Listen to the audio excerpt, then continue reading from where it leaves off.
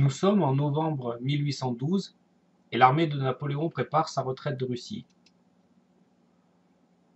Parti près de Smolensk, Napoléon a prévu de ravitailler son armée à Minsk.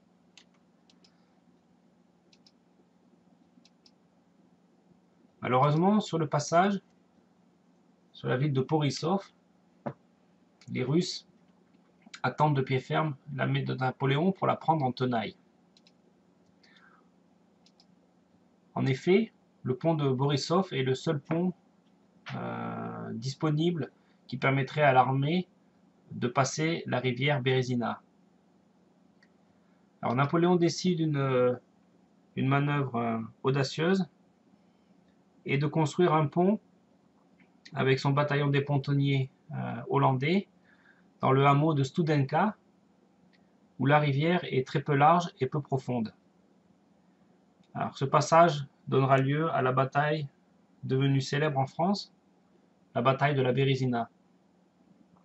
Profitons d'un de mes nombreux déplacements professionnels en Biélorussie, et comme le passage de la Berezina a eu lieu fin novembre, j'ai décidé 206 ans après de me rendre compte sur place de ce qu'a été le passage en cette fin de journée. Là se trouve une stèle où on voit que l'armée est passée le 16 novembre 1812.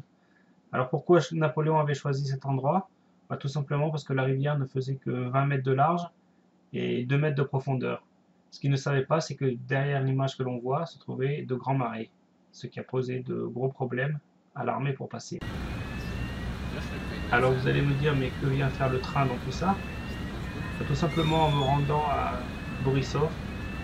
Sur la gare de Borisov, nous avons été bloqués avec mes collègues par un long train de marchandises qui nous a fait penser au long passage de l'armée française. Donc je vous laisse découvrir quelques photos et quelques images d'un long train de marchandises qui comporte plus d'une centaine de wagons sur la gare de Borisov, alias Berezina.